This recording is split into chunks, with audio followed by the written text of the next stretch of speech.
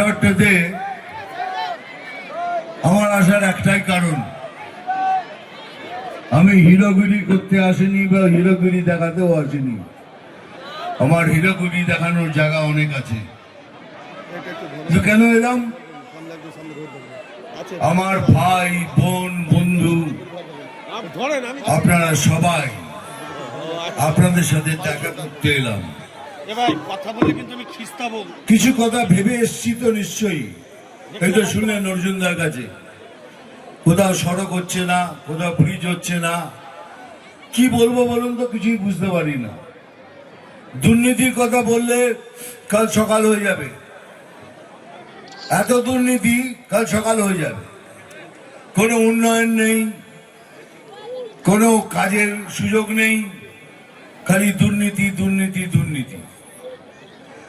তাহলে কি বলবো, কি কথা বলবো, কাদের নিয়ে কথা বলবো? খালি কথা বলতে গেলে এখন যেখানেই যাই সেখানেই বলে কি দাদা এটা বাংলাদেশ তো হয়ে যাবে না। এটা কি রে, সেসব কিসব কথা বলছিস? বলে হ্যাঁ, যা অবস্থা মনে হচ্ছে এই সরকার চেষ্টা করছে এটাকে যেভাবেই হোক পশ্চিম বাংলাদেশ করতে হবে। যতদিন এই রাজ্যের মানুষ বেঁচে আছে, সনাতনী হিন্দুরা বেঁচে আছে, ততদিন কেউ এটাকে বাংলাদেশ করতে পারবে না।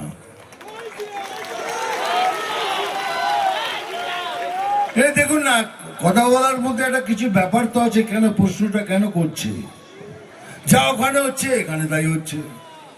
ওখানে হারমোনিয়াম কেড়ে নিচ্ছে, তো ওখানে একটা বাচ্চা মেয়েকে ভয় দেখাচ্ছে, এখানে দুর্গা মায়ের গান করতে পারবেন না। সাম্প্রদায়িক, এটা সাম্প্রদায়িক। আশ্চর্য, মা সাম্প্রদায়িক।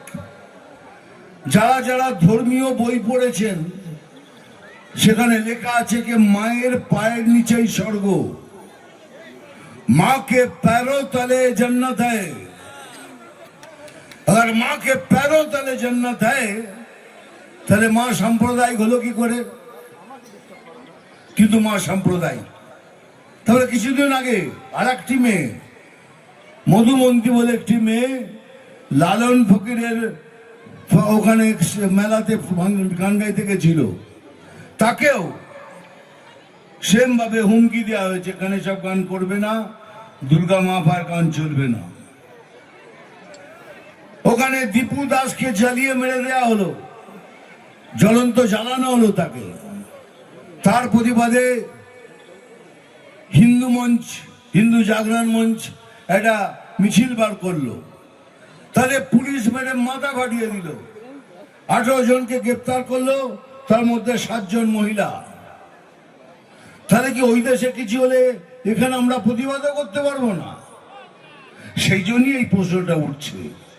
কেন কেন ওই দেশের কোনো কথা বললে এই সরকার কোনো কথাই বলতে দিচ্ছে না? আপনারা কাশ্মীর ফাইলস পিকচারটা দেখেছেন? যদি দেখে থাকেন তাদের দেখবেন যখনকার ব্রাহ্মণ হিন্দুদের ওই কাশ্মীর থেকে তাড়িয়ে দেওয়া হয়েছে। কেন তাড়িয়ে দিয়েছে? একটাই, ওখানে কোনো হিন্দুরা থাকতে পারবে না। আজকে এখন এইখানেও সেই পরিস্থিতি হয়ে গেছে, সেই পরিস্থিতি এখানেও হচ্ছে যে কোনো কিছু হলে পরে তাদের লেলি দেওয়া হচ্ছে। হিন্দুদের কিছু করতে দেবে না, হিন্দুদের কিছু বলতে দেবে না, হিন্দুরা যেন ওসব না করে। কি করবেন? কতদিন আটকাবেন? যেদিন হিন্দু জাগবে সেদিন কিন্তু খেলা শেষ, সেদিন কিন্তু খেলা শেষ হয়ে যাবে।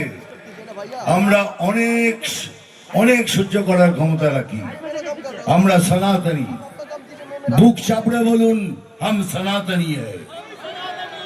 আমি যেমন বলি, বুক চাপড়ে বলি কি আমি সনাতনী, তিনি আপনারা সবাই বুক চাপড়ে বলুন হাম সনাতনী হ্যায়। আমি এই জন্য সবাইকে রিকোয়েস্ট করছি, কমিউনিস্টের মধ্যে যদি কেউ হিন্দু থাকেন, যারা হিন্দুত্বকে বিশ্বাস করেন, তারাও আসুন। কংগ্রেসকেও বলছি আপনারাও আসুন।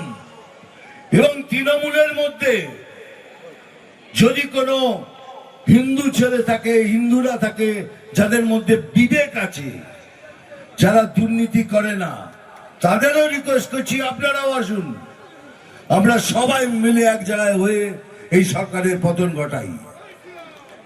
এটা সম্ভব, তাও সম্ভব। কিন্তু দুঃখের বিষয় কিছু কিছু এখনো কারাপ্টেড হিন্দু বলবো আমি, তারা তৃণমূলের সাথে যুক্ত। কি করা যায়?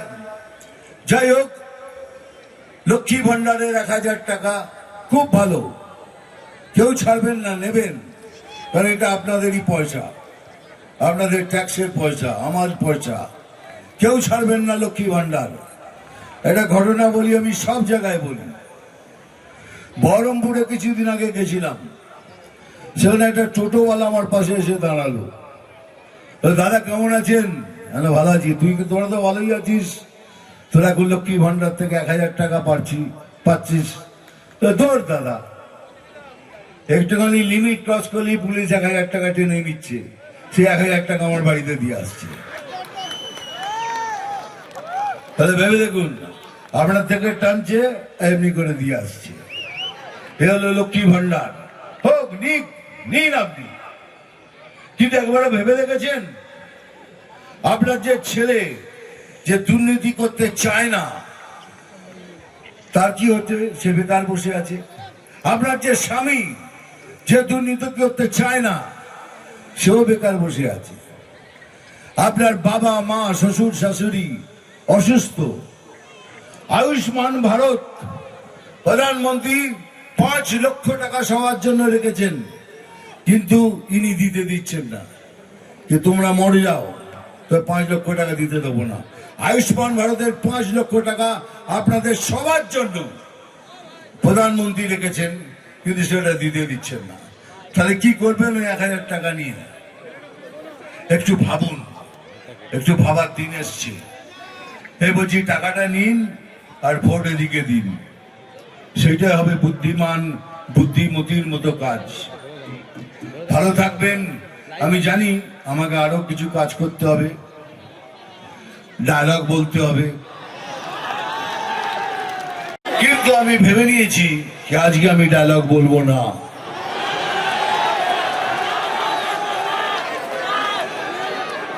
এই বৌদি, ডায়লগ বলবো না তো? বলবো। ক্যামেরার দিকে চোখই উঠছে না, এই রঙে ধরে রেখেছে। ঠিক আছে, ডায়লগ বলছি। ভাই মারবো এখানে, ওটা বলা যাবে না, ওটা বললে মুশকিল আছে। খিচুড়ি বানাবো এখানে, খিচুড়ি বানাবো এখানে, আর তোরা সব খাবি এখানে সেখানে তেখানে। বললাম, কিন্তু ঘুরিয়ে বললাম। আমি জল ঢোড়াও নই, বেলে বড়াও নই, আমি চাঁদ গোখরো। আমি বেলে বড়াও নই, জল ঢোড়াও নই, আমি চাঁদ গোখরো।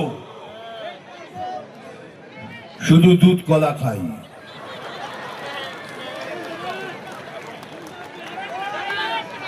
নাম তুফান, বছরে 1-2বার আসি। যখন আসি তখন প্রলয় ঘটে, আর যখন যাই, যারা নিজেকে ভগবান মনে করে তারা তাদের অস্তিত্ব খুঁজে বেড়ায়। আমাদের ভিডিও ভালো লাগলে লাইক এবং শেয়ার করুন। কমেন্ট সেকশনে গিয়ে জানান আপনাদের মতামত। আরও ভিডিও পেতে আমাদের চ্যানেল সাবস্ক্রাইব করুন এবং প্রতি মুহূর্তে খবরের আপডেট পেতে প্রেস করুন বেল আইকন।